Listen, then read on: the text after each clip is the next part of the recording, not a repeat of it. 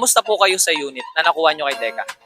Accessible siya sa lahat ng sasakyan. Sa Deca sa mga affordable condo units within Metro. Reason ba't kay Deca kami nag-avail, pet friendly, then the amenities, the convenience, sir.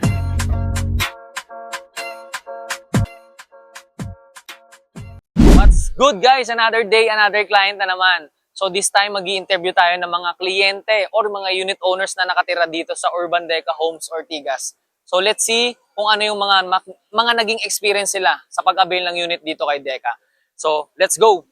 Guys, good day. So kasama ko ngayon si Ma'am, isa sa mga unit owners. So Ma'am, your name is?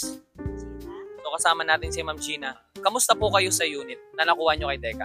Maganda rin kasi kung nandito ka talaga sa Manila na nagwo-work, talagang ganito ang mga pipiliin mong pag-stayan kasi mas accessible siya sa lahat ng sasakyan at sa trabaho. Ano po yung masasabi nyo sa community ni Deca? Meron itong mga playground. Gaya ngayon, Bazaar, saka Alpha Mart. Halimbawa, gabi na kung wala kang nabiling ulam kasi nga sobrang busy, andyan si Alpha Mart. Halimbawa, dapat magluto na. Diyan na lang bibili. Bakit kay Deca po napili ninyo na mag-invest ng property?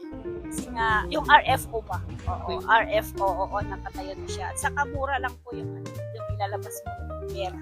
10,000, katapos na na-process yung mga papers. Kaya lumipat na agad kami. For okay na okay. Pag-stay ko, pagkuha ko ng unit sa Deca. Dalawa yung units ko dito. Sa community naman, isang malaking community siya. Pwede para sa lahat. Para sa family, sa mga friends, mga barkada. Bakit kay Deca? Kasi isa si Deca sa mga affordable na condo units within Metro.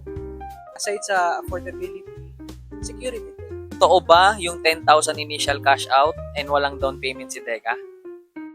Oo, totoo. Dalawang units na kinuha ko, 10,000 po, initial cash out. Kamusta yung pag-avail nyo ng unit kay Deca Homes Ortigas? Actually, Deca is good, budget friendly siya, unlike other condos na sobrang mahal. So what I like about Deca is the playground, parang province life, amenities.